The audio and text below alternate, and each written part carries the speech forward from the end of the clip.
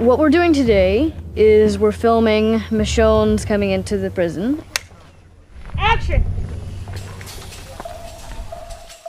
Michonne has left Woodbury as she predicted, as she knew would happen. They're not done with her. They want to eliminate her.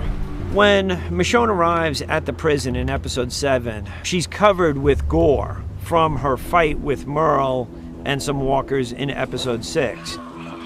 She is bleeding from wounds as well. She gets a little clip on the leg from Merle. That's all he manages.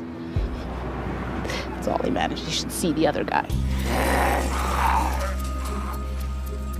You're really with Rick as he sees Michonne, and who is she? You know, she almost seems like a zombie. She's surrounded by zombies. She's clearly injured, but ultimately she's very formidable. We brought in a new director to the fold, Dan Sackheim, and that's something we come to discover about Michonne through how Dan introduces her to Rick and to the prison. Follow her, so this would give us all our coverage on Deny. So then when we move in there, we have 2 cameras here, wide and tight, doing this will give us all the walker killings. Dan, he's great. He's really nice, and he's fast-paced. He's really awesome. You're just on her, and you don't see anyone on her right because the camera stops on her. I actually have to say I think that this episode was exceptionally well directed. I mean, I think the way that that scene is shot is a really difficult thing to pull off because you have to have the ability to get across that nuance. The way Rick is in a stronger position inside the prison, inside the gates, than she's on the outside as the walkers start coming up to the place. The sword that she uses most of the time is actually a very, very heavy sword, and lifting it and, you know, doing take after take, it's very grueling work. You lunge, and she stabs. There's so much help with really making sure that you're doing things that are really believable. There are a lot of people really checking it and making sure. There's a lot of collaboration happening. And I got to cut a dummy's head off, and that was really fun.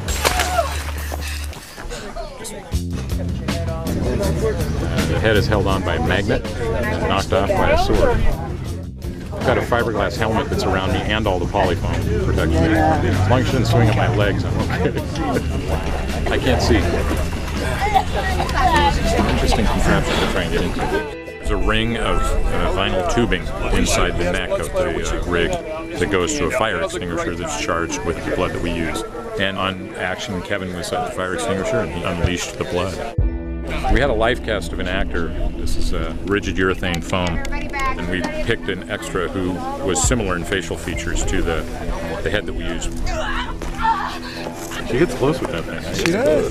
It's aluminum. It's not sharpened, but yeah, if she'd hit me with it, it would hurt. Oh, I can't really cut his head off? Come on.